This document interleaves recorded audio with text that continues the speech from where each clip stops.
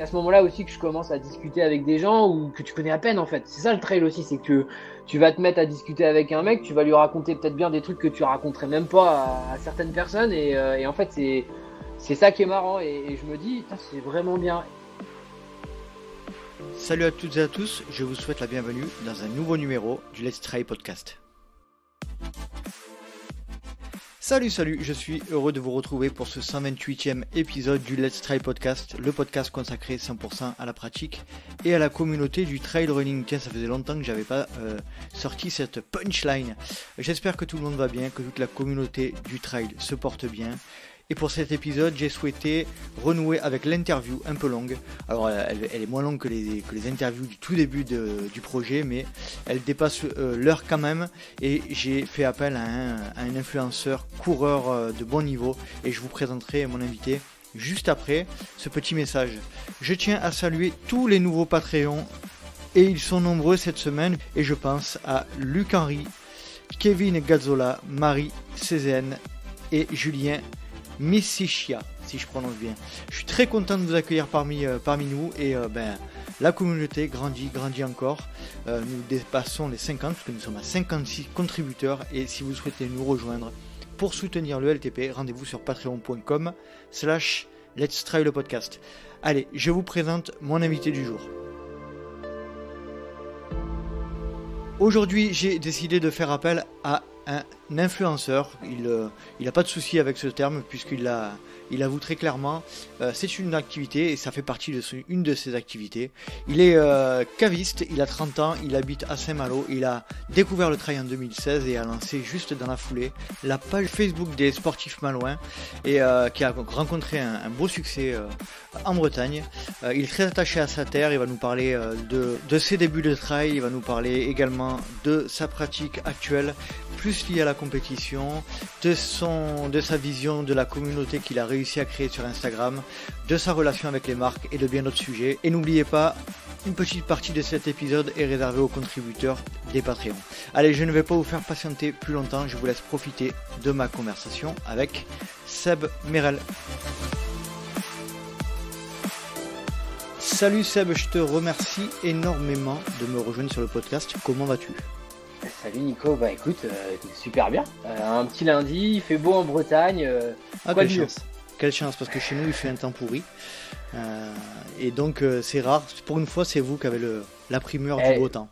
Et ce qui est bien, c'est que tu vois, j'ai fait une sortie de 2 heures hier matin et avec des copains et tout, on nous avait annoncé le beau temps, il faisait -2 quand on est parti, -1.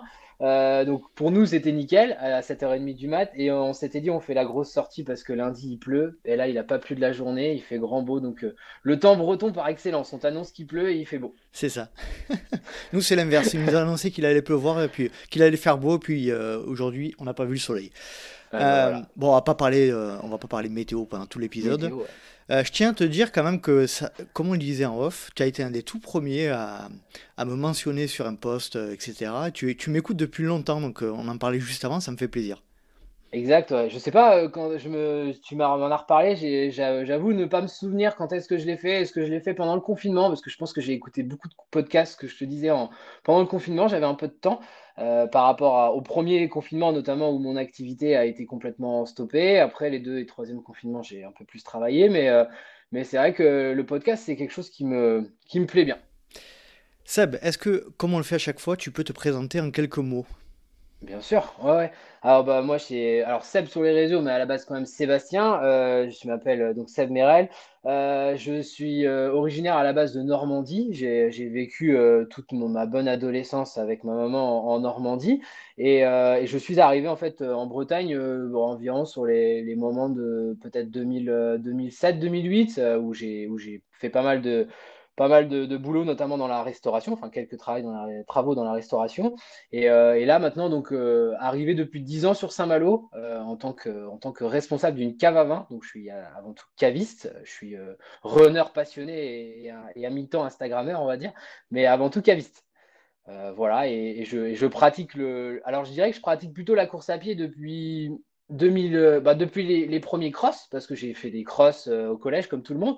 Et après, j'ai vraiment commencé à pratiquer la course à pied plutôt en 2013. Et je vais pas dire le trail dès le début, parce que je pense que je faisais pas ça. Je faisais juste de la course à pied, histoire d'eux. Et j'ai vraiment commencé à faire du trail sur le GR, en fait, à Saint-Malo, sur les coups de 2015 à peu près, 2015, 2016, où j'ai commencé à découvrir que la route, c'était bien, mais que le trail, c'était mieux, quoi. Ah bah oui, ça c'est clair, ça c'est clair. Alors, Seb, merci pour la présentation, c'était parfait. On revient en arrière pour commencer par le commencement. Est-ce que tu peux nous expliquer un petit peu l'environnement dans lequel tu as grandi? Tu m'as parlé de Normandie. Ouais. Tu, Bah, tu as nous, grandi dans une famille monoparentale. Est-ce que tu peux nous en dire un peu Alors, plus? j'étais avec ma maman et mon papa jusqu'à mes 7 ans. Et en fait, mon papa est décédé assez rapidement. Donc, du coup, on a vécu avec ma maman quasiment la totalité de notre adolescence avec mon petit frère. Parce que j'ai un petit frère qui est 5 ans plus jeune que moi. Et l'idée, voilà, c'était de se dire que très vite, j'ai été j'ai été au collège, enfin voilà. J'ai été placé dans un collège privé, donc du coup, j'étais en pension. C'est pas vraiment placé, mais plutôt en pension, donc j'ai un peu connu la pension à ce moment-là. Et puis après j'ai été directement en filière professionnelle plutôt que, on va dire, la filière de l'école, où je me suis direct spécialisé. J'ai essayé après la troisième de trouver vite un métier, trouver quelque chose qui me tentait, et la restauration est venue direct à moi. Donc je suis parti après en restauration sur Granville, à Maurice-Marlan. Donc j'ai fait mon BEP, qui était à l'époque l'examen que je passais. Et puis voilà, mais toujours plutôt secteur Normandie, pas mal d'activités plutôt à l'époque du foot en Mhm. Normandie. Donc j'ai fait pas mal de clubs normands, enfin pas mal de clubs. J'ai fait le club où je me suis formé, puis après le S Coutances, qui était à l'époque le club où j'étais le plus épanoui. Et puis voilà, donc plutôt Normandie, et comme je te disais, arrivé Bretagne un peu plus tard, quoi. Pour en revenir donc à la période de l'enfance, football, à quel niveau, un niveau compétitif, quel état d'esprit tu avais par rapport à ce sport? Et surtout, est-ce que ton frère est-ce qu'il y avait aussi une relation sportive par rapport à ton frère? Ouais, alors enfin, j'ai démarré vraiment niveau assez basique. À Coutances, on a dû finir alors je sais plus si ça existe encore, mais tout ce qui est DSR, DHR, qui était vraiment un niveau plutôt régional. Mhm. Mais vraiment un niveau quand même à l'époque qui était vraiment intéressant, avec des potes qui partaient en recrutement, même d'ailleurs dans des zones de formation et tout, donc et des gens qui en ont fait même leur métier derrière. La relation avec le foot et mon frère, je pense que mon frère, il est arrivé forcément quasiment en même temps que moi, mais dans des moments en tant que poussin, Benjamin et tout ça. Donc je pense que c'était assez rigolo. Il y a eu une période où c'est vrai qu'on faisait même des tournois ensemble, donc c'était assez chouette, notamment même un peu de soccer et tout ça. Donc la relation que j'ai eue avec mon frère via le sport et via le foot, ça a été, je pense, le premier déclencheur, parce qu'après, derrière, on pourra en reparler, mais on a fait quelques petites courses, quelques petits duathlons, vétathlons ensemble.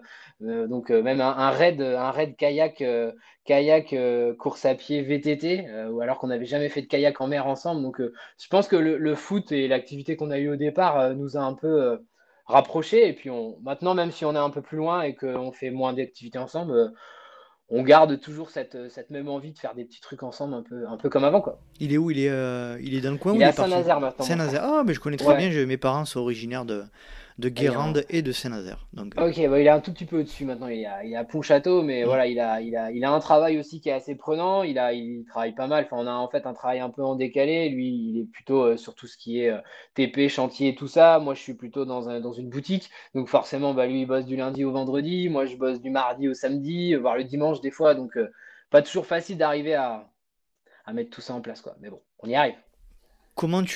Pour toi, c'était quoi le foot? Et j'aimerais comprendre un peu ta logique, ton approche par rapport au sport. Tu étais dans la compétition, uniquement dans le plaisir, ou comment tu le voyais? Au début, je pense que j'étais plutôt dans la compète, plutôt dans le plaisir, plutôt pas dans la compète, au contraire, plutôt aller voir les copains, partager un bon moment et tout. Et je pense qu'en montant au fur et à mesure, et notamment en finissant à Le Scoutance, je pense que ça, c'est devenu vite une certaine compète, c'est devenu vite une envie de toujours mieux faire. En plus, j'étais attaquant, donc forcément, voilà, l'envie de marquer tout le temps, l'envie de faire des passes D ou des choses comme ça. Donc, je pense qu'il y a eu ça.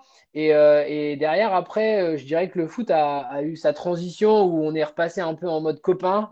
Donc, il y a eu vraiment le côté loisir quand on était vraiment très jeune. Après, il y a eu la partie compète. Et puis, on a fini un peu en mode copain où tu sais, tu sors un peu le samedi soir, tu arrives le dimanche, t'es pas toujours très frais et tout. Donc, il y a eu, je pense, Je vois pas un du peu tout de trois quoi tu veux phases parler. dans. Il y a eu un peu trois phases dans ma façon de voir le football. Euh, et honnêtement, je pense que la plus plaisante a été la deuxième, parce que la troisième, il y a des moments où quand tu fais 14 matchs ou 12 matchs à domicile et qu'il y a une fois où tu as fait Sam, Hmm, bah voilà, c'est pas toujours intéressant, on va pas se le cacher. c'est clair. Euh, Voilà. à quel moment tu arrêtes le foot?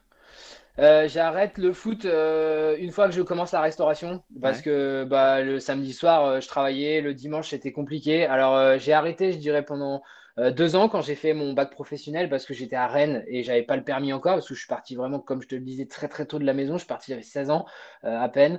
Et donc, du coup, à Rennes, j'avais pas de voiture donc je pouvais pas faire la route tous les week-ends pour aller jouer. Donc, sur Rennes, c'est à ce moment-là que j'ai pas forcément fait beaucoup de sport. Et après, sur Rennes, une fois que j'ai eu mon permis, je suis arrivé donc à Saint-Malo pour faire mon apprentissage sommelier caviste. Et là, j'ai eu mon permis, enfin, j'avais mon permis. Donc, du coup, Saint-Malo, Coutances, c'était pas trop loin. Donc là, j'ai repris ce foot, on va dire, dit copain. Et c'est à ce moment-là, je dirais que par contre, après, une fois que je suis reparti sur Lorient, c'est à ce moment-là que ça s'est arrêté parce que bah, Lorient, c'était beaucoup trop loin et que j'ai repris la restauration. Donc forcément, là, une fois que j'ai repris en tant que salarié, parce qu'avant j'étais bah, apprenti, donc les horaires étaient plus maîtrisés, en tant que salarié, bah, forcément en resto, on sait tous que on ne comptait pas beaucoup nos heures. Alors justement, puisqu'on parle de la restauration et Ouais. tes études notamment, est-ce que tu peux nous remettre un petit peu dans le contexte de ton début dans ce milieu-là et la question que je me pose, c'est pourquoi l'hôtellerie, pourquoi la restauration?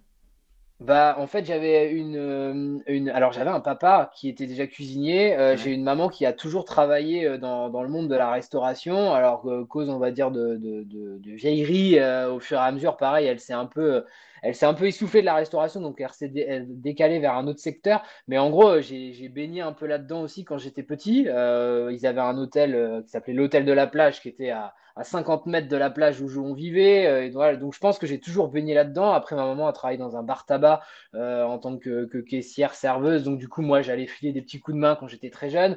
Donc je pense que la restauration est partie de là. Après, honnêtement, en troisième, quand on me dit qu'est-ce que je veux faire, je ne sais pas pourquoi je réponds à la restauration. Je pense que je m'accroche à une branche où en me disant j'ai déjà vu des choses.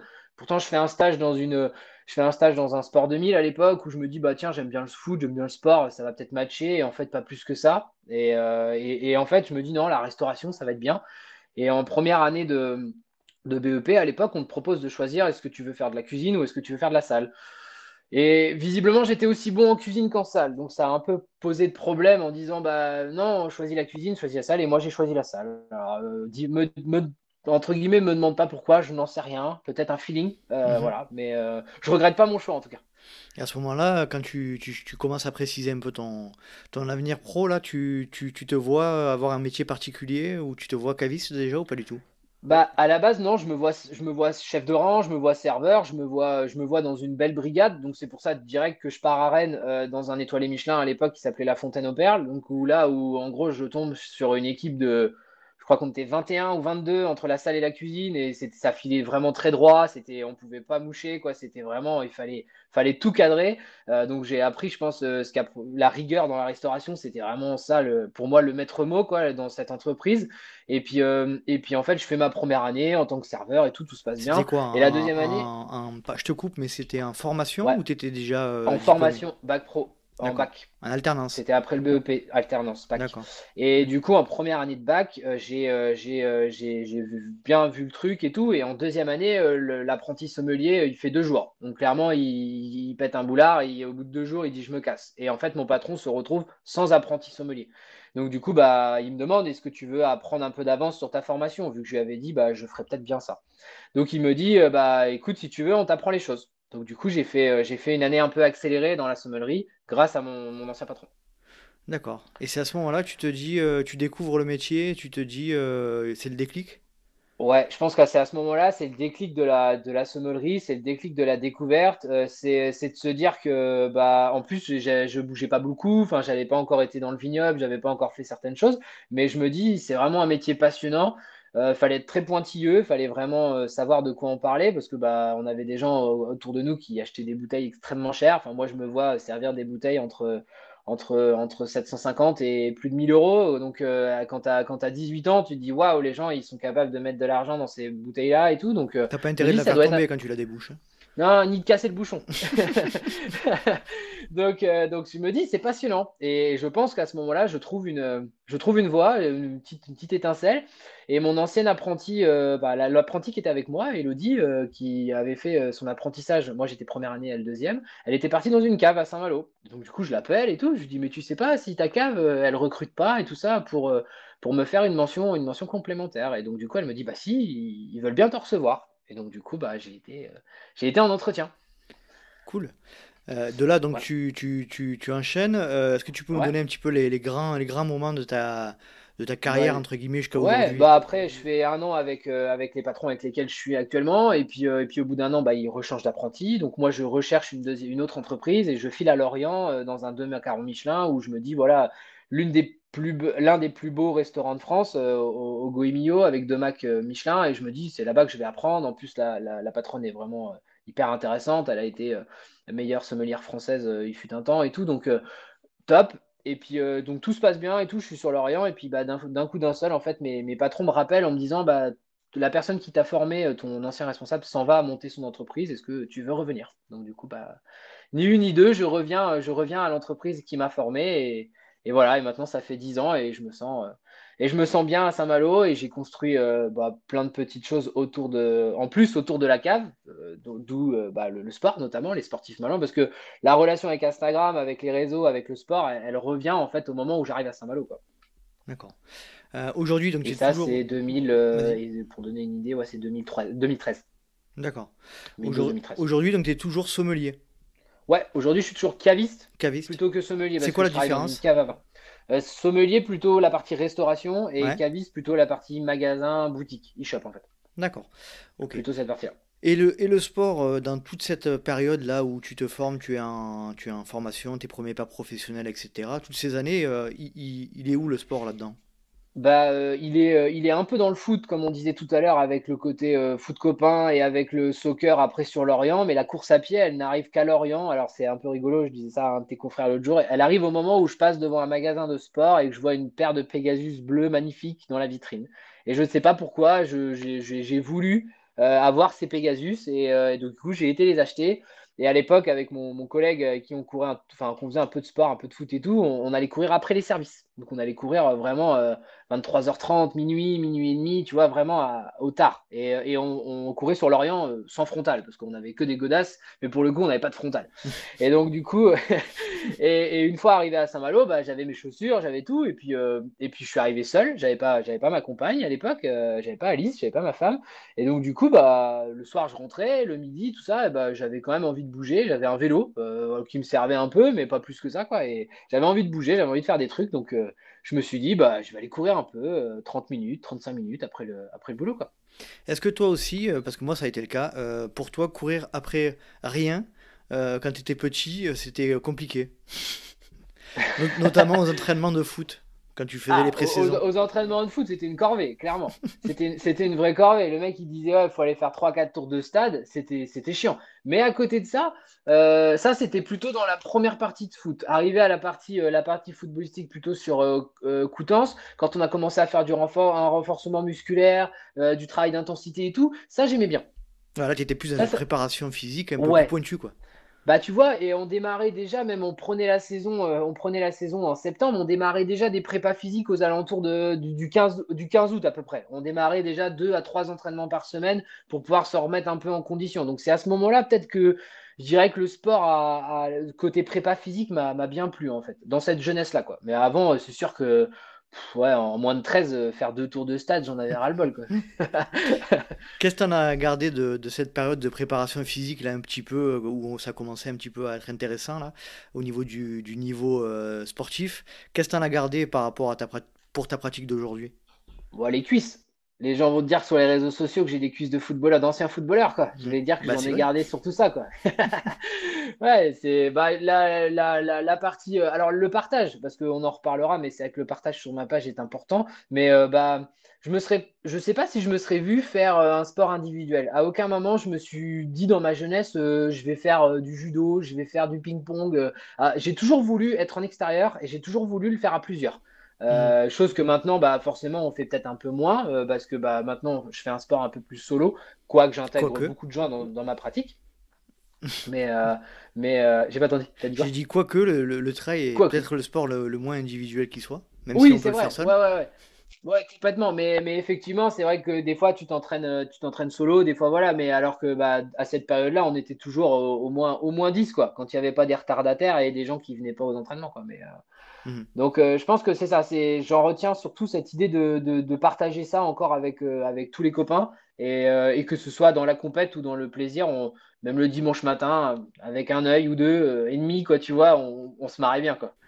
À quel moment tu te dis, ah, finalement, bah, la course à pied, c'est vraiment mon truc, je commence vraiment à prendre du plaisir et ces fameuses Pegasus bleues, là, je les Ouais. ferais bien fumer un peu plus.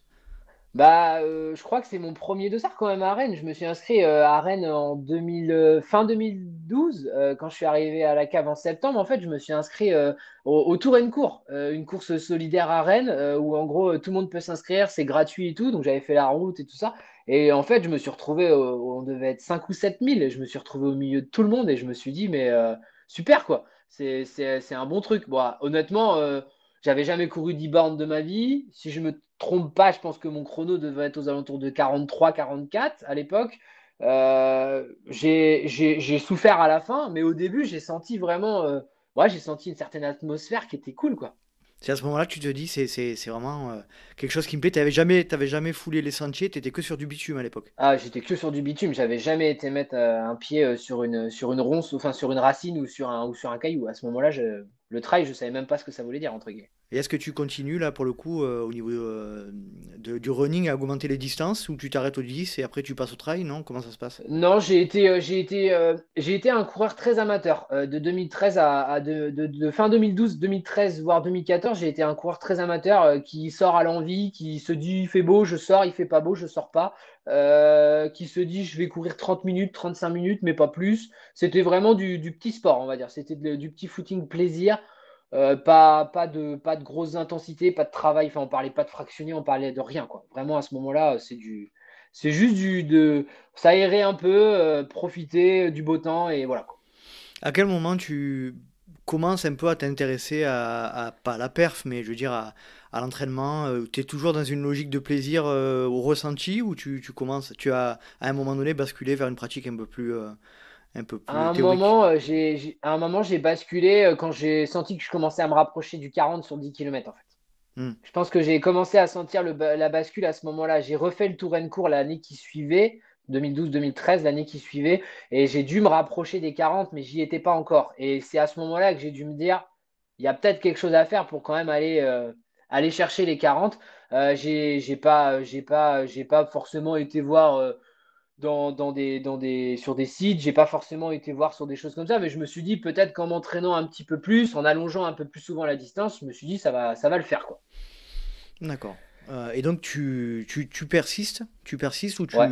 et comment ça se Ah non, passe? je persiste, je frise. Je me souviens même une course sur Saint-Malo où je fais 40-0-0, enfin 40-0-4 Ah, et merde. là je suis fou quoi. Mais, mais en même temps, je m'occupe pas, si tu veux, je suis pas à découper mon chrono, je suis pas à me dire putain, il faut que je passe aux 5 km en 19,59. Tu vois, je suis dans un mood où je me dis, je sais même pas si à l'époque j'ai une montre en fait. Tu vois, je cours avec mon brassard, avec mon téléphone, donc en gros, je sais même pas à quelle allure vraiment je suis.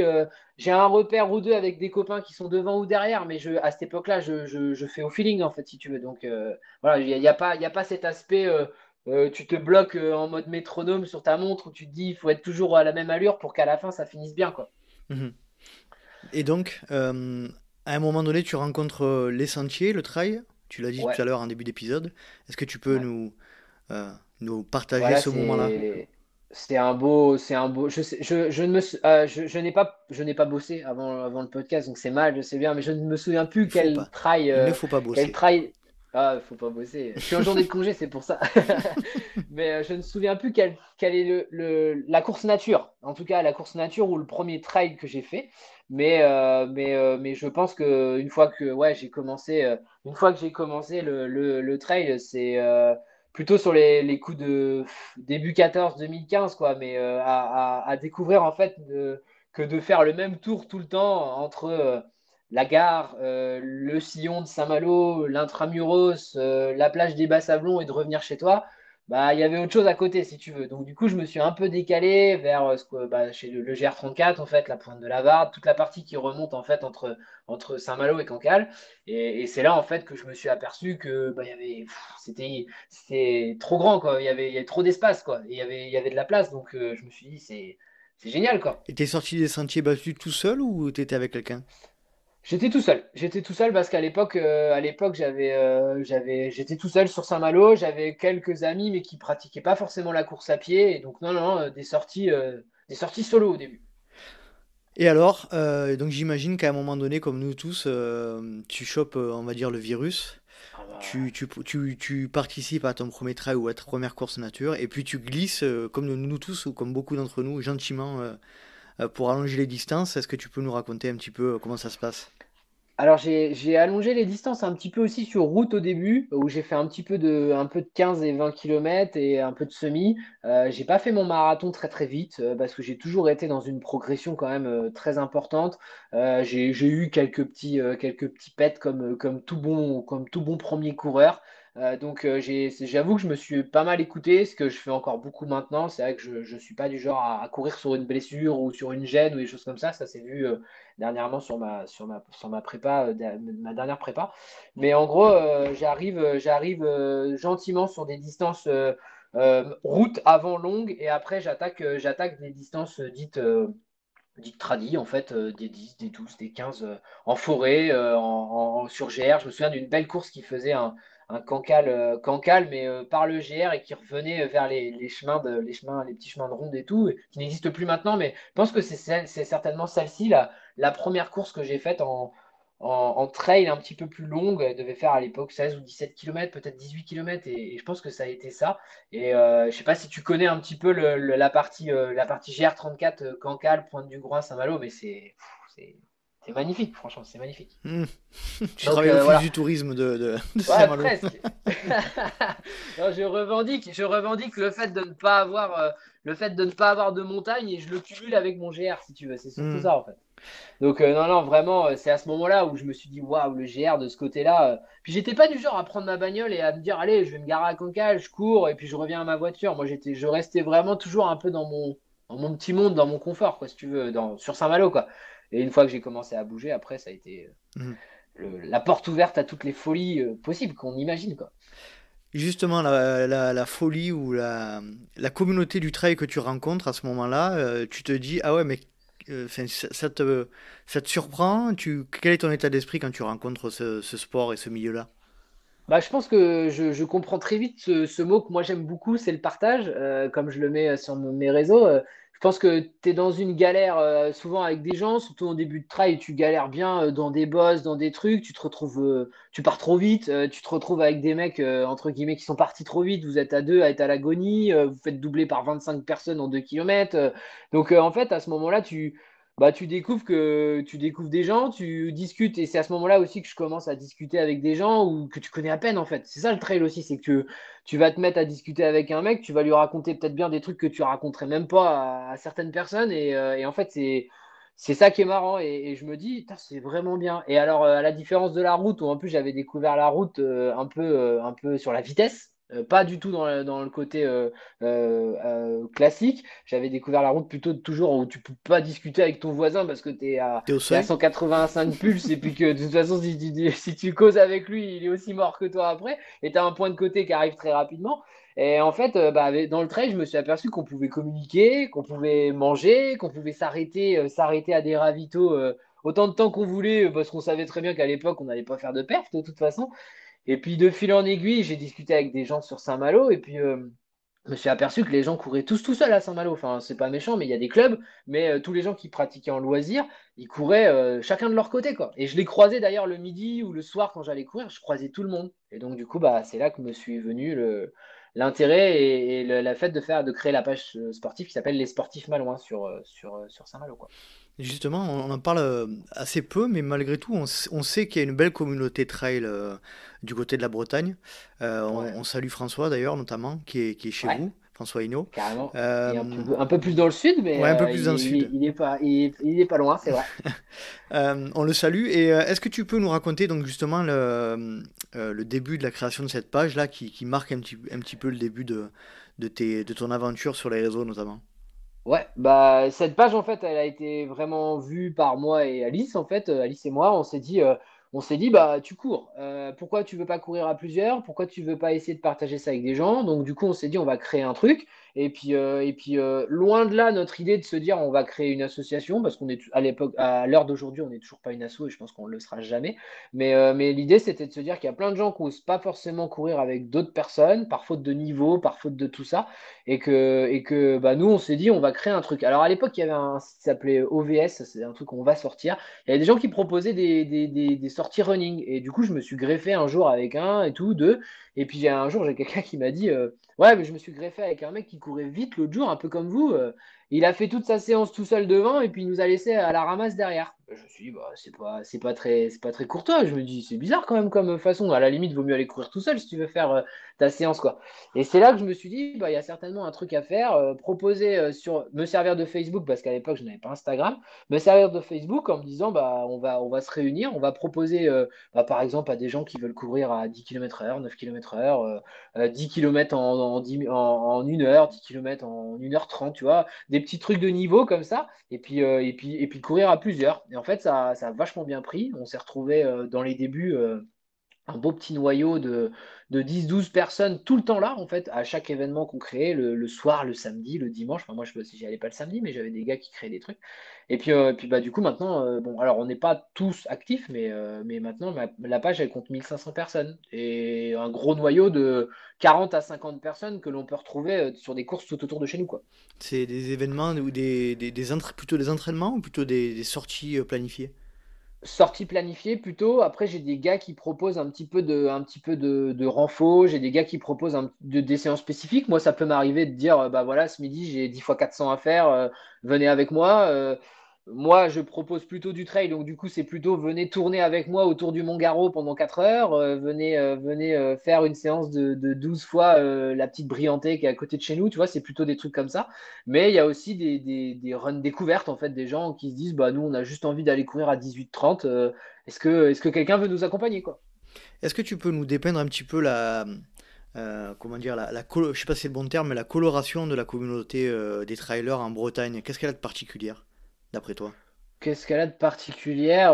Bah, je pense que une vision un peu différente du trail de montagne parce que bah, le trail de montagne, déjà, nous, on est dans un trail peut-être moins engagé. On est sur une pratique qui est tout aussi similaire parce qu'en fait, moi, je peux très bien m'entraîner pour aller faire un trail de montagne. Je peux très bien m'entraîner ici, ça me pose pas de problème. J'arrive très bien à accumuler du dénivelé, j'arrive tout ça. Après, qu'est-ce qu'elle peut avoir de différent? Je dirais on aime on aime tous les beaux espaces, on aime tous le GR, on aime tous la nature. Donc il y a quand même pas mal de choses Vous qui êtes tous très nous attachés rallient. à votre territoire aussi, j'ai l'impression. Ouais, aussi. Alors il y a des gens, moi c'est faute de temps et Mhm. faute voilà, mais il y a des gens aussi qui ne pratiquent le trail que en Que en Bretagne. Bretagne, C'est-à-dire bien c'est des sûr. Bretons qui font que en Bretagne parce qu'en Bretagne on a quand même des formats qui couvrent quasiment tout. Et même s'il y avait un deuxième taré comme Jérémy Dédoué qui voudrait refaire le GR34 en entier, il pourrait et donc du coup il se ferait 2200 km et je sais plus combien de milliers de dénivelés positifs. Donc voilà, on a tout. Mais par contre, c'est vrai que tu as raison. Je pense que certains Bretons, ce qui n'est pas mon cas parce que moi j'aime bien bouger quand même, mais certains Bretons restent plutôt sur leur trail dit breton Les en locaux, Bretagne, quoi. locaux. Et Mhm. par contre, certains aiment aller. Enfin, j'ai des potes en Normandie que j'ai rencontrés. Ils aiment faire les Templiers, ils aiment faire la Synthé, ils aiment bouger quoi. Mais bah, pour mon cas, par exemple, moi, il faut avoir du temps. Et le temps, je te le disais en off. j'en manque un peu de temps. Est-ce que tu peux nous parler des objectifs que tu as accomplis en trail jusqu'ici? S'il y avait deux, trois courses à retenir, là, ça serait lesquelles? Bah, le premier, la première fois que j'ai passé les 42 kilomètres mais en trail, c'était au Trail des Glasignes à l'époque, et j'ai fini rincé comme je pense j'ai jamais fini aussi rincé hein, une course à pied. Je pense que j'avais vraiment fait une grosse marche entre peut-être un 30 jusqu'à un 40 de mémoire, je crois que c'était un 46 à l'époque. Et là, j'étais rincé, mais content parce que je m'étais dit, ouais, j'ai réussi à le finir. Et dans ma tête, je me suis dit, ça va pas s'arrêter là, je vais continuer, quoi. Donc voilà. L'année qui a suivi, j'ai été, je crois que ça devait être 2017, j'ai été un petit peu embêté. J'ai voulu vraiment enchaîner beaucoup de courses de ce format-là, et puis des 40, 50 et tout. Et j'ai été rattrapé un peu par le corps. Donc j'ai repris, je dirais, dans les années 17-18, des courses plus courtes, vraiment avec plutôt fixé un objectif. Et donc du coup, je suis reparti sur une base de me dire, tiens, ménestrial, fin d'année, c'est 52 kilomètres. Tu te dis, tu fais du kiff, et puis après, 52 kilomètres, tu finis ton année avec ça. Et donc j'ai fait 52 ménestrial, qui est un peu la course un peu intéressante fin d'année. Le slogan, c'est du vent, de la boue et de la pluie. Donc autant dire que tu comprends tout de suite là où tu t'en vas. C'est notre Saint-Élion, mais c'est d'ailleurs c'est début Sans la décembre, c'est neige. notre Saint-Élion, mais sans la neige. C'est exactement ça. Mais avec peut-être même 3 fois plus de boue, honnêtement. Parce que j'ai jamais fait la Saint-Élion, mais quand tu vois dans l'état où on finit au Ménestrial, c'est quelque chose. Et donc j'ai fini sur 52, et l'année qui a suivi, je me suis dit, je vais m'approcher du 60-70, donc j'ai fait ce 60. Et avant Covid, donc l'année 18, j'ai fait mon premier 80. L'idée, c'était vraiment de se dire, voilà, tu vas aller taquiner.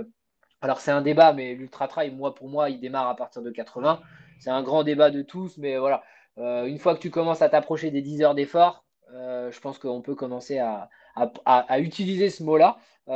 Et donc du coup, ce 85 km qui s'est transformé en 87, parce que je me suis perdu, forcément.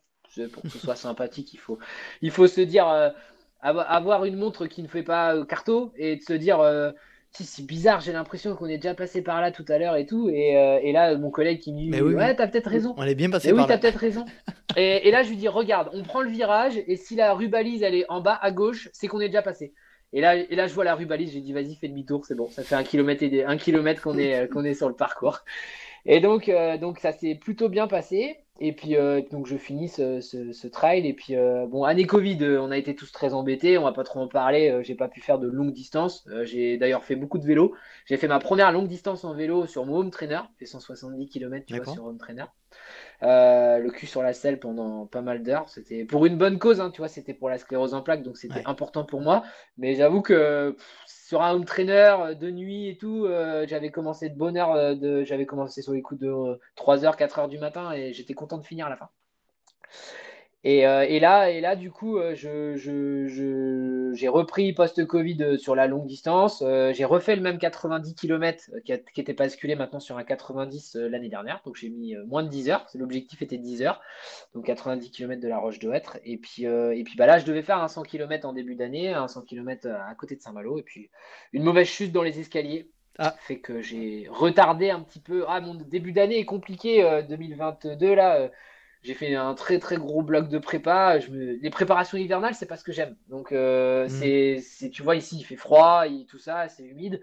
Autant une préparation estivale, même si j'ai le boulot dans les pattes, ça me gêne moins de courir, de faire des prépas début juillet, août, septembre pour une course en octobre, ça va. Mais alors là, du coup, j'avais bien bien carburé, et puis 2 jours avant le 100 km, je me suis cassé la gueule dans mes escaliers. Ah. Donc le genou a gonflé, et donc une petite gêne s'est installée au-dessus de la rotule, donc j'ai dû malheureusement, je n'ai pas préféré prendre le départ. Le médecin aux urgences m'a dit prenez-le, mais moi j'avais pas envie de ruiner ma saison, on va dire, de ruiner même mon année 2022, donc j'ai dit je prends le temps. Je pense que j'ai été raisonnable. Alors, puisque tu parles de ça, moi, dernièrement, je devais faire un trail que pareil, auquel j'ai pas participé pour une petite gêne. J'ai l'impression qu'on a un peu la même logique progressivité. Là, je vois tes résultats. Tu cours depuis 2014 en trail notamment. T'es aux alentours de 80. J'ai l'impression que tu as la même logique que moi, une énorme notion de progressivité. Et tu le disais tout à l'heure, tu t'écoutes beaucoup. Première question, ça te vient d'où, ça, de ton caractère ou d'autre part? Et puis, Alors, est-ce que ouais, tu vas vas-y. continuer à augmenter les distances du coup Ouais, prochainement? alors alors le caractère, je sais pas parce que je suis quand même plutôt du genre intense et toujours à vouloir aller très très vite dans ce que je fais et tout ça. Donc je dirais, pense que le côté impatient, je l'ai un petit peu. Donc j'avais pendant une période l'impatience d'aller sur de la longue distance. Mais un jour j'ai fait un 52 bornes que je me rappelle toujours où j'ai démarré avec une gêne et je me suis promis de ne plus jamais démarrer une course avec une gêne. Parce que en fait, j'ai souffert pendant 4 heures. Ça faisait 52 kilomètres et j'ai souffert pendant 4 heures. Et j'ai bâché au 38e kilomètre après 4 heures et demie d'effort où j'avais cette gêne et je me suis dit plus jamais. J'ai genre, à en pleurer, si tu veux, à me Mhm. dire c'est pas possible. On fait pas du sport pour ça, on fait pas du sport pour courir avec une gêne. Donc, euh, donc, courir, s'écouter, c'est important. Courir avec une gêne, c'est terminé. Et surtout quand c'est un truc où, par exemple, là, le 100 km, si tu veux, c'est du Cap Fréhel jusqu'à Saint-Malo. C'était une version bêta pour 2024. Donc, si je veux aller le faire la semaine prochaine, je peux aller le faire, si tu veux. Donc, il n'y avait pas d'intérêt. C'est pas comme si tu me dis, bah ouais, c'est la Diagonale des Fous, il faut y aller et tout, t'as ton voyage et tout. Donc, à la fois la progressivité, le fait de courir sur la blessure, c'est terminé. Concernant la progressivité, je pense que je vais la continuer, ça c'est certain, parce que je veux monter les distances. Je reviens à la Diagonale des Fous. Je m'étais inscrit il y a 2 ans en même temps que Covid, je m'étais inscrit au Trail des Bourbons. Donc Mhm. ça devait être l'objectif du 100 km, ça devait être cet objectif-là. Covid, comme beaucoup, a fait que j'ai pas pu le faire. Mais non, je vais continuer. J'ai beaucoup de gens qui me disent ouais, mais t'as qu'à aller sur des longues distances et vraiment pousser, t'as la caisse et tout. Et en fait, non, je préfère vraiment me dire voilà, j'ai 32 ans, je sais même pas si je l'ai dit dans la petite intro tout à l'heure, Ouais, mais je j'ai crois que tu l'as 32 pas ans. dit, ouais, effectivement. Ouais, je crois. Mhm. Et donc, j'ai encore au moins 20 ans, 20 ans, 20, 25 ans dans le trail. Donc, voilà, sans souffrir. Après, peut-être qu'à, tu vois, à 55 ans, peut-être que les articulations feront mal et je ferai plus de vélo que de trail. Mais donc, je me dis, ménage-toi maintenant, comme ça, tu vas perdurer et et peut-être qu'un jour, je ferai des podiums en Master 4, quoi. Bah oui, c'est pour ça qu'on continue. C'est pour ça qu'on Voilà. continue après Master 2 et tout, c'est pour faire des podiums. Tu vois, comme on peut pas faire des podiums Eh oui. en senior en ce moment, bah, on se dit peut-être qu'en Master 4, on fera des Moi, Master 3, Master 4. j'ai Des trouvé une podiums. solution. Je me suis inscrit à la première édition d'un trail en duo. Et du coup, j'ai fait un Ah, podium. Voilà, là, ça marche. ah bah, écoute, tu as été avec qui? Avec une femme? Non, non, avec mon pote Gilou que je salue sur un D'accord? trail dans le sud-ouest, là, c'était très sympa. Et c'est la seule fois où j'ai fait un podium d'ailleurs. Donc tu vois, il y a toujours des solutions. Il y a toujours des solutions. Écoute. Mais Euh, voilà, ouais, la progressivité, je pense que dans le course à pied, dans la course à pied, dans le trail, je pense que c'est important. Il y a plein de gens qui veulent brûler les étapes. Écoute, si pour eux tout va bien, c'est ce que je leur souhaite. On veut absolument pas que les gens se blessent. Voir des gens blessés sur les réseaux, autour de nous, c'est pas agréable. On connaît tous la blessure, on sait tous que on ronge notre frein à ce moment-là. Donc, ceux qui veulent être progressifs, je pense que c'est la bonne manière. Ceux qui ne veulent pas l'être, ils font absolument ce qu'ils veulent. on est d'accord. Dans quel état d'esprit tu es aujourd'hui par rapport au trail? J'ai l'impression que tu as un niveau qui te permet de quand même euh, rêver à éventuellement des belles places sur des courses. Tu es dans cette logique-là vraiment de performance aujourd'hui sur les trails? Ouais, quand même. Ouais, je pense que quand je m'inscris à une course, encore plus maintenant avec entre guillemets la visibilité sur les réseaux sociaux, je dirais pas que j'ai un devoir de bien faire, mais je me donne tous les moyens maintenant pour pouvoir être dans un esprit de performance. Je m'entraîne pas 7 jours sur 7 parce que j'essaye de garder une journée de repos, mais je m'entraîne 6 jours sur 7. Je fais du bi-quotidien. Je fais des blocs d'entraînement, je fais des week-end shocks où je fais l'équivalent vraiment de ce que je peux faire sur une semaine, je le fais en 2 jours. Enfin voilà, j'ai mis en place tout autour de moi, j'ai fait une bascule en mettant en place tout autour de moi une possibilité d'essayer de performer à mon niveau, sans avoir un niveau international, mais essayer d'être au moins dans des top 20, dans des top 10 et de se dire, voilà, quand tu prends un dossard, tu le fais bien, quoi. Mhm. Donc les objectifs à venir, c'est ce fameux... Non, c'est pas ce... Non, le 5 km du coup Je, tu l'as annulé. je Tu peux pense nous que donner je un vais peu tes refaire. objectifs? Ouais, je vais refaire ce off peut-être avant la saison. Je vais voir un petit peu avant la saison estivale à la cave ce que ça peut donner. Là, le prochain objectif, alors je devais être au marathon de Paris et je me suis aussi écouté, donc je n'ai pas fait le marathon de Paris parce que le mois prochain, je vais être sur la Wings for Life, la course, tu sais, de Red Bull Mhm. pour le don de la moelle osseuse. Et ça fait des années et des années que je veux la faire. Et en fait, du coup, j'ai été contacté par Philips qui m'a proposé un dossard, qui m'a proposé un test de leurs écouteurs. Et donc, du coup, et ça tombait un week-end où je bossais pas. Et donc, du coup, et c'était à Rennes, enfin, c'est à Rennes cette année. Donc, du coup, je me suis dit, c'est vraiment intéressant.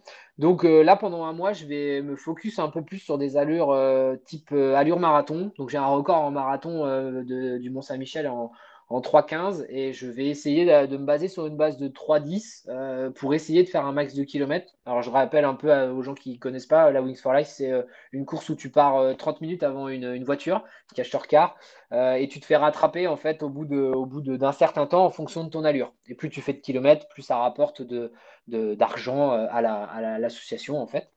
Et donc, du coup, je tablerai bien sur un bon 40, 42 200, tu vois, pour passer mon marathon, quoi. Non, c'est cool. J'aimerais comprendre un peu comment tu arrives et vous arrivez avec ta compagne à vous organiser. Toi, tu parlais de 6 à 7 entraînements par semaine, du quotidien.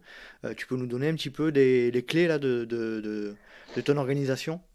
Bah, j'ai toujours à dire que les journées ne font jamais assez de 24 heures chez moi. C'est-à-dire que je voudrais que les journées en fassent une bonne trentaine, parce que entre le temps passé à l'entraînement, le temps passé sur les réseaux, le temps passé au travail, c'est très long. J'ai vraiment la chance d'avoir Alice aux côtés de moi depuis 9 ans maintenant et qui m'a connu quand je faisais vraiment un sport dit de loisir et qui connaît maintenant le Seb qui n'en voit beaucoup que par le sport, je l'avoue, hein, clairement. Donc du coup, j'ai la chance de l'avoir déjà et de se dire que bah, je peux pratiquer le sport le matin tôt, comme hier matin où je pars à 7h30, 7h et je reviens à 9h30 et à côté de ça, on n'a pas d'enfant. Donc si tu veux, ça me permet de passer toute une journée sans problème avec elle.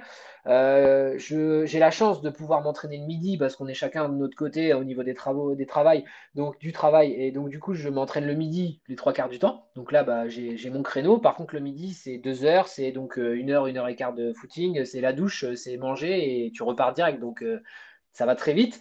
Et par contre, je me suis clairement interdit depuis plusieurs années de courir le soir. Donc c'est-à-dire que quand je cours le soir, c'est vraiment que j'ai réussi à avoir une grande, grande faveur de la part d'Alice parce que je ne veux plus courir le soir. Le soir, il faut rentrer à la maison. Le soir, il faut passer du temps avec elle. Et donc, le matin, tôt, si tu veux courir le matin, si tu veux courir long, il faut aller soit en vélo au travail, en courant au travail. Je vais des fois en courant à mon travail, sachant que je suis à 27 km de mon boulot. Donc, Mhm. voilà, c'est ce que j'ai mis en place pour pouvoir à la fois allier les deux. En fait, allier le sport, allier les trois même, le sport, les réseaux et ma vie familiale. Puisqu'on parle des réseaux notamment, on a dit qu'on allait en parler un petit peu quand même, qu'on n'allait pas Ouais, faire 2 heures là-dessus, mais je pense que ça vaut le coup d'en parler, puisque tu es quand même quelqu'un qui, alors, je crois que tu veux pas te considérer comme ça, mais tu as beaucoup d'influence sur sur Instagram notamment. Est-ce que tu peux nous parler un petit peu de cet aspect-là par rapport à ta vie aujourd'hui? Qu'est-ce que ça représente? Ou comment ça a commencé? Notamment, bon, on parlait un peu du groupe Facebook tout à l'heure, mais plus l'aspect Instagram qui, je pense, est encore plus important. ouais. Bah, l'aspect Instagram, elle est arrivée en fait un peu comme tout le monde en mettant un peu les petites courses, alors à la base, j'étais pas forcément hyper réseau, tu vois, avant les sportifs malouins. C'est vrai que ça a démarré de toute façon un peu à ce moment-là, et c'est vrai que moi j'étais pas forcément là-dedans. Et puis l'arrivée sur Instagram, ça a juste été des petites courses, des petits trucs, des photos, voilà. Et puis d'un coup, je sais pas, je me suis mis à faire un peu de testing, je me suis mis à faire un peu de retour produit, mais avec des produits que j'achetais, avec des produits que je pouvais trouver pertinents sur ma page et tout ça, donner des petits conseils. Alors, je suis pas coach, d'examen, j'ai pas de diplôme là-dessus, mais c'est vrai que j'essayais de donner un peu mon avis, chose que les réseaux sont. Et puis, bah, de fil en aiguille, ça a vraiment pris une dimension un peu importante jusqu'au moment où, bah, entre guillemets, tu passes les 5 000, 7 000, 8 000, 10 000 abonnés où là, tu commences à avoir bah, forcément des partenariats. Donc là, maintenant, moi, je lis des partenariats depuis quelques années avec quelques marques. L'idée, c'est d'avoir un lien important, avoir un lien où on est à l'écoute. Quand ça va pas, on sait le dire. Quand ça va bien, on sait le dire aussi. Quand on n'a pas envie de parler d'un produit, je sais le dire aussi, notamment à la marque, parce que ça m'est arrivé de ne pas parler de produits qui me paraissaient pas intéressants ni aboutis. Ça me paraît, ce qui est normal aussi, c'est alors, parler de l'influence, c'est de se dire que oui, effectivement, si tu vois courir des gens avec une paire de chaussures de chez Brooks, si on peut parler de cette marque que je Mhm. représente depuis 3 ans, bah forcément, tu as envie de donner un peu aux gens les caractéristiques et donner l'envie de se dire, bah voilà, si toi, tu as un besoin, moi, souvent on me dit, je retourne un peu le truc, mais souvent on me dit avec quelles chaussures tu cours. Donc j'explique un petit peu. Et moi, je retourne la question, mais avec toi, avec quelles chaussures tu cours? Parce que le mec, il me dit, bah, ou la nana, elle me dit, tu me conseilles quoi chez Brooks? Donc moi, j'essaye toujours de trouver d'abord ce que la personne aime. Et puis, si c'est jouable de l'intercaler chez Brooks, tu lui proposes. Mais un mec qui va te dire, bah moi, je suis chez Altra et j'aime le zéro drop, qu'est-ce que tu me conseilles chez Brooks? Je vais pas m'amuser à lui dire, bah il y a cette paire-là, mais elle n'est pas du tout adaptée, si tu veux. Donc j'essaye toujours de trouver le point, le lien entre les deux, entre de se dire, toi, tu aimes un produit, tu dois influencer, donc conseiller quelqu'un, mais fais pas n'importe quoi non plus. Et donc sur les réseaux, j'essaye de faire quelque chose de cohérent. Je ne gagne pas d'argent sur mes abonnés. Ça, c'est quelque chose d'important. Je dois avoir un ou deux codes d'affiliation, mais que je me sers quasiment jamais. L'Instagram n'est pas mon revenu, n'est pas un revenu pour moi. J'ai des collaborations, j'ai de plus en plus de collaborations rémunérées, mais elles le sont parce que les gens ont tapé à la porte depuis longtemps et que maintenant je vois cette possibilité de le faire, mais il y a eu une période où je refusais tout ce genre de choses parce que je n'étais pas dans ce mood, en fait, si tu veux. Mhm. Mais à côté de ça, maintenant, je le fais dans la bienveillance, en rigolant, et je le dis aussi, je l'ai dit aussi l'autre jour encore, mais sur ma boîte mail, j'ai un dossier avec marqué partenariat refusé, carrément, pour te dire à quel point, voilà, je refuse des choses que je ne tolère pas. Et par contre, quand j'accepte quelque chose, c'est que je le trouve pertinent. Je travaille avec des marques, tu vois, comme BV Sport, c'est français, ça me plaît. Là, je suis rentré en contact avec Brubeck parce que bah, c'est polonais, c'est européen, tu vois, c'est vraiment des gens qui ont des entités, qui ont des intérêts, et puis moi, ça me plaît. C'est des gens il y a des mecs derrière tout ça ou des nanas, et ça me plaît en fait. Et c'est ce que j'aime dans les réseaux, c'est qu'il y ait de l'échange, il y ait du partage, qu'il y ait le fait de se dire qu'on est tous au même niveau. C'est pas parce qu'il y a un tel qui vaut 2h04 sur marathon, c'est pas, voilà, tu vois. Il faut qu'on soit dans notre sport à nous, dans notre façon de voir les choses, il faut qu'on soit humble, comme dans mon métier en fait, parce qu'on ne sait jamais tout. Mhm. Si tu veux, c'est une qualité qu'il faut qu'on ait. Il faut être très humble. On peut pas tout savoir, on peut pas avoir la science infuse sur tout, mais à côté de ça, on kiffe. À côté de ça, on partage nos entraînements. Tu cours avec des potes. Voilà, je continue à faire ce que j'aime, et au jour d'aujourd'hui, tout va bien. Et le jour où ça devra s'arrêter parce que je trouverais ça trop compliqué, parce que je trouverais ça trop difficile à gérer avec la famille, le travail et le sport, eh ben je limiterai les choses. Je n'arrêterai pas tout, mais je limiterai les choses, quoi. Ouais. On te sent effectivement très à l'aise avec tout ça.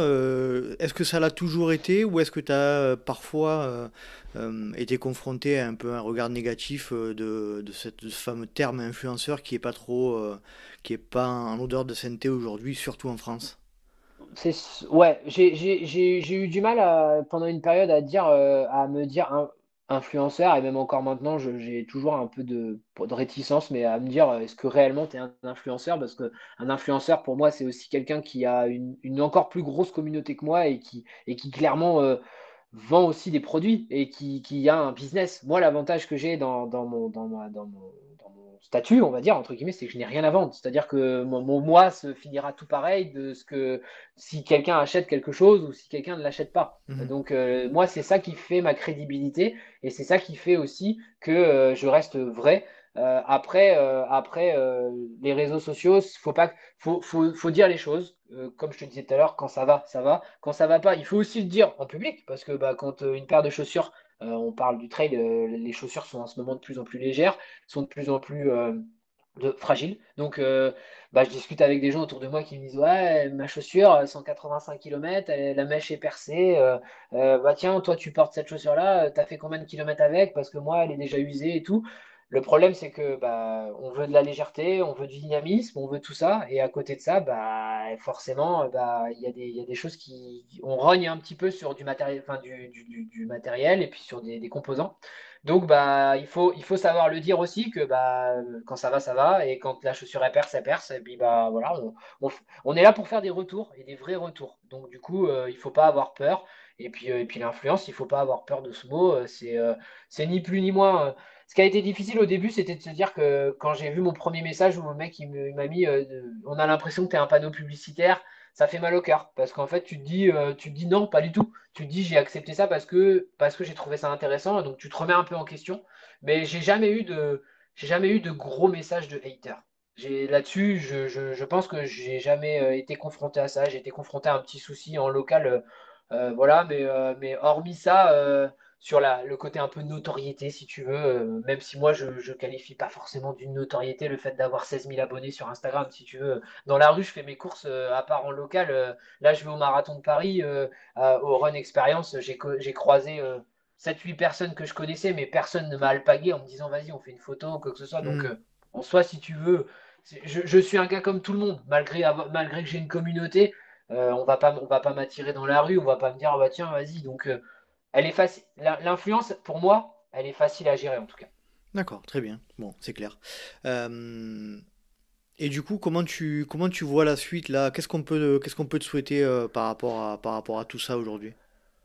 Bah, moi, j'ai envie de continuer à partager avec les gens. J'ai envie de continuer à, tu vois, j'ai des rubriques, par exemple, que j'aime beaucoup sur ma page qui s'appellent les portraits de sportifs, où je mets en avant des sportifs que je rencontre. Alors, bah, j'ai des gens, des fois, à distance qui me demandent, qui me disent, ouais, tu veux pas me faire un portrait et tout. Bah, je dis non, c'est vraiment quand il y a un lien qui se tisse, quand je rencontre quelqu'un et tout. Et donc, ça, j'aimerais continuer à rester dans cet esprit. Peut-être que si avec les différentes choses qui arriveront plus tard, peut-être que bah, les enfants, le travail, tout ça, peut-être que bah, j'aurai plus le temps de faire mes vidéos thèses parce que ça prend quand même un peu de temps. J'aurai plus le temps de faire tout ça. Mais tant qu'on peut encore continuer à partager tout ça ensemble, à discuter comme on le fait là, à côtoyer des gens que l'on connaît pas. Moi, c'est ça que j'aime beaucoup, c'est que des fois, bah, t'es dans un lieu et puis tu te dis mais si je suis un tel sur Instagram et en fait là tu te dis waouh c'est génial, tu vois, tu discutes avec en virtuel et après derrière tu discutes avec en vrai et le gars te dit waouh merci, c'était super l'échange et ça j'aime, donc j'aimerais continuer ça. Sportivement parlant, j'aimerais continuer à courir longtemps et puis le mettre aussi sur les réseaux, pouvoir vite valider ce palier des 100 kilomètres parce que ça fait plusieurs années que j'en parle. Donc me souhaiter ça. Et puis continuer à partager, continuer à kiffer, à prendre du plaisir, à prendre du plaisir avant tout. Très bien. Bon, ça c'est cool. Est-ce que tu as un sujet à évoquer de manière générale là, dont on n'aurait pas parlé? On arrive tranquillement à la fin de l'épisode. Ouais, bah écoute, non, moi je trouve que cette relation qu'on peut avoir alors avec la partie un peu podcast pour pouvoir que les gens apprennent un petit peu à découvrir l'invité, je trouve ça très sympa. Donc je voulais te remercier avant tout pour ton invitation. Avec Comme plaisir. tu disais, ça fait longtemps. Il y a de jolis noms qui sont passés dans ton podcast, donc je suis franchement super content de m'être dévoilé un petit peu, d'avoir dit certaines choses que j'avais pas dit par exemple dans le premier podcast que j'avais fait il y a quelques mois. Donc non, franchement super.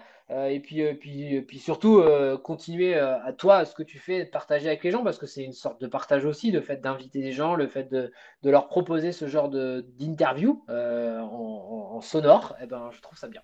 Merci beaucoup. En tout cas, je te confirme que c'est du partage, du contenu et aussi du travail. Et Bah, je veux toi bien aussi, tu croire. sais que quand on propose du contenu, c'est beaucoup de boulot derrière et c'est pas à toi que je vais l'apprendre. Euh, Bah, c'est ça, mais c'est pas déplaisant, c'est pas c'est clair, déplaisant. c'est clair. On le fait avec plaisir, tu vois, même quand on va faire un petit shooting photo, même quand on va faire des trucs et tout, voilà, c'est toujours plaisant de se dire le travail est bien fait, les choses sont, voilà, ce que la réalisation est là, quand on fait une belle vidéo, quand on fait des belles choses, et on est content des retours des gens. Et c'est des fois C'est ça, clair. en fait, peut-être qui nous manque un petit peu sur Instagram ou même peut-être de toi, encore plus peut-être toi. Alors toi, tu as peut-être T'as peut-être tous tes Patreons parce que je sais que Que c'est je un salue. point important pour toi, que tu salues. Donc, t'as tes Patreons derrière t'alimentes un petit peu, tu as certainement des avis, tu as certainement sur les réseaux sociaux aussi des choses que voilà, mais avoir un retour, c'est la meilleure façon de voir si ce que tu fais c'est agréable et si ça plaît. Donc voilà, c'est ça qu'il faut pas hésiter, que ce soit de ton côté, de mon côté. Nos internautes, nos abonnés doivent nous dire un petit peu sur toutes les choses et comme ça au moins ça permet d'avoir une communication et d'être hyper transparent et à l'aise, on va dire. Alors, puisque tu me sollicites là-dessus, je vais insister encore un petit peu sur les Patreons que je salue. Et d'ailleurs, moi, les Patreons, on se voit une fois par mois sur un visio et je leur demande systématiquement ce qu'ils ont aimé, ce qu'ils n'ont pas aimé dans les derniers épisodes du mois. Et donc, comme tu le dis, moi, je crois vraiment, vraiment, vraiment à l'écoute des gens qui te suivent et qui sont pas que dans la ils sont aussi là pour te dire, comme tu dis, ce que tu fais pas bien. Et c'est pour ça que je sollicite énormément les Patreons sur ces sujets-là. Et je pense que ça fait évoluer d'avoir des retours constructifs. Avoir des retours, ouais. C'est Mm. exactement ça ce que j'allais dire. Avoir des retours et puis savoir ce qui plaît, le format qui, pour toi, par exemple, le format qui plaît bien, mais pour moi aussi, savoir si c'est le texte, la vidéo, tout ça. Donc, les échanges, en fait. Mm. On en revient aux réseaux sociaux, c'est avant tout des échanges. Les gens ont des fois même peur de venir demander des choses, demander des contacts, demander voilà, est-ce que tu connais un podo, est-ce que tu connais, tu vois, sur Saint-Malo, ça m'arrive assez souvent, est-ce que tu connais des gens, mais faut vraiment pas hésiter, on est aucunement inaccessible, aucunement réservé qu'à certaines personnes. Il faut discuter. Moi, j'aime discuter. Je passe d'ailleurs, Alice, elle te le dira, mais je passe énormément de temps à répondre aux messages et aux messages privés de personnes qui te demandent des choses. Ça prend du temps, Mm. mais c'est aussi intéressant et c'est toujours agréable de se dire, bah voilà, si tu as parlé de ça, si le mec il vient de poser plus de questions, bah, soit c'est que t'as pas dit assez de choses sur la vidéo, mais ça je pense que normalement j'en dis assez, parce que je parle quand même pas mal. Et donc du coup, mais en règle générale, c'est vrai que les messages, les petits commentaires, les trucs, c'est toujours super bon à prendre. Moi, j'ai une règle, c'est que je réponds à tous les commentaires qu'on m'envoie sur les réseaux en particulier. Et je pense que c'est la moindre des choses et c'est hyper important. Carrément. Si tu avais une personne à me conseiller pour passer dans le podcast en rapport avec le trail, Seb, ça Ah, serait t'en as qui? déjà fait beaucoup quand même. Ouais, T'en as 123. déjà Bon, fait 125, 126, 127, 128. 128. Bah, pour le côté breton, et même si je crois qu'il en a déjà fait un, mais je pense que Jérémy Dédoué pourrait te raconter pendant quelques minutes, voire même quelques heures, sa jolie traversée, forcément. En local sur Saint-Malo, même non, pas forcément. Après, il y a des gens que je verrais bien, j'aime beaucoup son profil. Ce jeune homme qui est chez Isostar, je vais pas réussir à trouver son nom, qui est en Bretagne avec nous, Jonathan Parisé. Ah, je connais pas. Je verrais bien Jonathan Parisé. Il est en team Isostar, c'est certainement une personne qui est très humble et que je verrais. Je sais pas s'il a déjà fait un podcast. Il n'est pas forcément très réseaux sociaux, mais il a une page Insta et Facebook, je sais. Mais c'est l'une de nos belles pointures dans le secteur Bretagne et qui a notamment fait la Diag et tout ça. Donc Jonathan Parisé ou comment Jérémy ouais, non, Dédoué. je pense. Ou Jérémy Dédoué, ouais, je pense que c'est les deux. Jérémy, il a déjà la petite partie un peu médiatique. Je pense que Jonathan ne l'a pas forcément déjà eu, donc je verrais bien Jonathan quand même. Allez, ça marche. Bon, bah écoute, je contacterai de ta part, alors si tu veux bien. Ouais, bah écoute, Ça avec marche. grand plaisir. On arrive aux questions rapides. Est-ce Ouais, que tu es prêt? je me concentre. 3, 2, 1. Plat favori après la course? Burger, Ah oui, ça quand me même. plaît. Oui. Burger quand même. Alors, avant, 15 jours avant la course, je le fais en mode veggie, mais 15 jours, enfin, le soir de course ou le lendemain, même si je fais beaucoup attention le midi, le soir, je Tu te me fais la colle. plaisir. Ouais, burger pinard. Enfin, burger vin rouge, obligé. Donc, boisson favorite après la course? Vin rouge directement? Ah non, non, non, pas de vin rouge directement. Non, quand même une petite radia d'eau et après une grosse pinte de bière, quand même, obligé. Tu es plutôt gel, bar, les deux ou aucun des deux? Absolument tout ce qui peut se manger pendant la course à pied. C'est-à-dire que toi, tu n'as pas aucun problème de digestion. Ah, rien. Le seul problème de digestion que j'ai eu, c'est un jour quand j'ai fait n'importe quoi avec un sandwich maison, avec une petite mayonnaise qui avait tourné, mais sinon tout le reste, je l'ingère comme c'est pas permis. D'accord. Tu es plutôt fait maison ou industriel?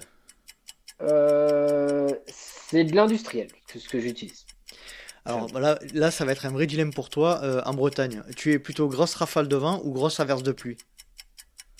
Ah putain, ça c'est Vous n'avez ça pas des dépend grosses où est-ce averses qu'on... de pluie, vous avez du crachin. Oh, ça dépend. Je te dirais grosse averse de pluie parce que quand tu es sur le GR et que tu manges le vent, je peux t'assurer que c'est pas facile. D'accord. Donc, ouais, peut-être la pluie quand même. Tu es plutôt racine ou verglas?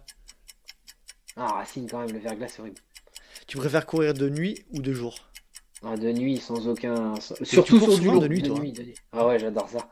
J'adore ça, je vois pas le temps passer. En fait, je regarde pas ma montre et je vois pas le temps passer. Quand je peux faire des blocs de dénivelé, notamment en Normandie, là, quand je monte et tout, si je peux partir à 1h30, 2h du matin, voilà, je fais. Tu préfères avoir une hypoglycémie ou une grosse crise de crampes? Ah, peut-être les crampes quand même. Parce que l'hypoglycémie, t'es dans le fond du fossé et puis c'est pas facile quand même. Les crampes, avec de l'hydratation, tu peux réussir hydratation, des capsules de sel, tu peux réussir à repartir au bout d'une demi-heure quand même, en ayant marché un petit peu, quoi. Quand tu cours, t'es plutôt podcast, musique ou bruit de la nature? Podcast et musique, complètement. Et la dernière question, tu préfères un bon vin rouge ou un beau moment de trail? Un bon vin rouge ou un bon moment de trail. Ah, c'est pas facile parce que les moments de trail, c'est savoureux aussi, mais le vin rouge, ça reste quand même, Eh oui, important, mais il faut quoi. choisir. Ah, il faut choisir. Allez, je dirais que c'est le vin rouge quand même qui prendra la part. Ah, le vin rouge, ça marche. J'avoue, en étant très très bon vivant, j'avoue que un bon moment de trail partagé, c'est très très agréable. Une belle arrivée de course, c'est agréable. Mais alors, un grand moment de dégustation avec quelques copains, avec des mecs qui connaissent un petit peu, ou même des néophytes total et qui veulent découvrir des choses, j'avoue que c'est agréable aussi. Cool. Bon, merci beaucoup Seb. On va continuer juste 5 petites minutes pour répondre à quelques questions des Patreons si tu veux bien. Bien sûr. Que je resalue une nouvelle fois. Et puis Seb, si on se croise sur un événement, je sais pas si tu seras à Cham cette année. Je sais pas si on pourra se croiser peut-être prochainement. Ça paraît compliqué, Cham. Étant fin août, ça paraît compliqué. Je pense que j'aurai du changement d'ici là, côté. Il y aura certainement des choses qui bougeront de mon côté d'ici là, donc ça m'étonnerait à mon avis. On va parler aussi une petite aventure que tu as eue avec un sanglier avec les Patreons. Voilà, on leur réserve la primeur et on salue Bertrand Soulier apparemment qui a évoqué avec lequel tu as évoqué ce souvenir. Ouais. Je te remercie énormément Seb et puis à très vite. Ouais, à très vite. Merci à toi Nico. Salut. Ciao. Et voilà, cet épisode est à présent terminé. J'espère que vous avez passé un agréable moment en compagnie de Sébastien Merel, que je remercie pour le temps qu'il nous a accordé. Si vous souhaitez rejoindre le LTP sur les réseaux sociaux, rien de plus simple, rendez-vous sur Facebook et Instagram à Let's Try Podcast. Vous pouvez également me suivre sur LinkedIn ou Strava à Nicolas Guéneuf. N'hésitez pas également, si vous le souhaitez et si vous souhaitez donner un petit coup de pouce au LTP, à mettre 5 étoiles sur Apple Podcast ou Spotify et mettre également un petit commentaire. Ça aide à remonter dans les classements. J'espère vous retrouver pour un prochain numéro du Let's Ride Podcast et d'ici là, n'oubliez pas, si vous pensez que c'est impossible, faites-le pour vous prouver que vous aviez tort. Salut, salut!